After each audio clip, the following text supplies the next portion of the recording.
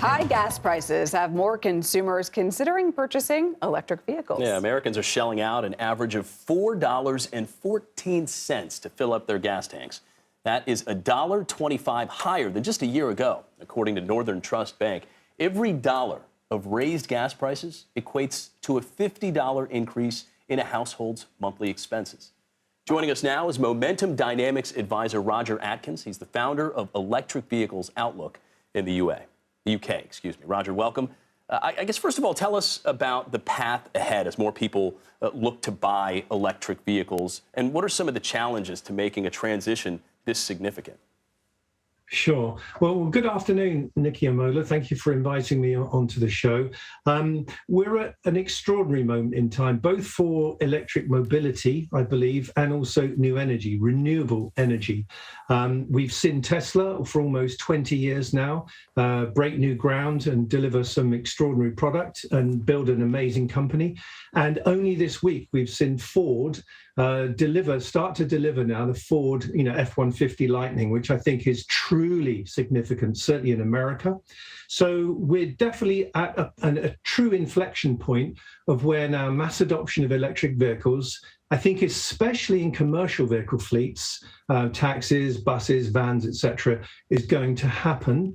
But of course, at the same time, and I guess that's what we're going to talk about, charging of these electric vehicles is going to be a significant challenge.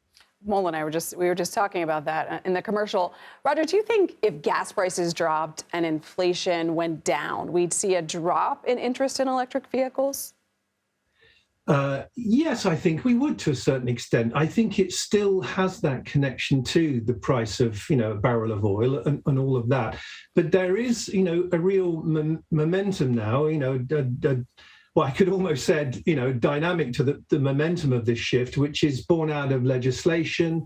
It's born out of, I think, public awareness of a better way of traveling and using a vehicle. And of course, the technology development. The technology over the last 20 years, the time I've been in electric vehicles, is extraordinary. I mean, it really has moved on. Your previous article about going into space, thinking about seeing people just commute to the International Space Station seemingly so easily, even 10 years ago, just wouldn't have been possible.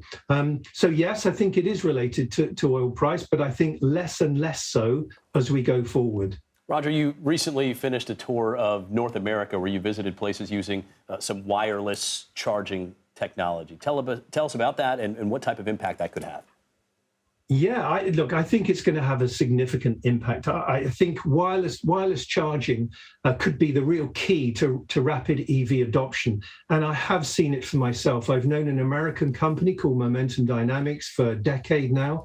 Funnily enough, the guy that founded it is ex-NASA, given what I mentioned earlier. I've been and seen electric buses charging wirelessly in Wenatchee, Washington. And the cool thing there is they're being charged up from renewable energy from the Colorado River, which is pretty cool. In Indianapolis, Indy have a fleet of electric buses charging wirelessly. And the new Kansas City airport that's being built right now is going to have tens of electric buses, I think 20, 30 of them, all running wirelessly. We're seeing it with electric cars and electric vans.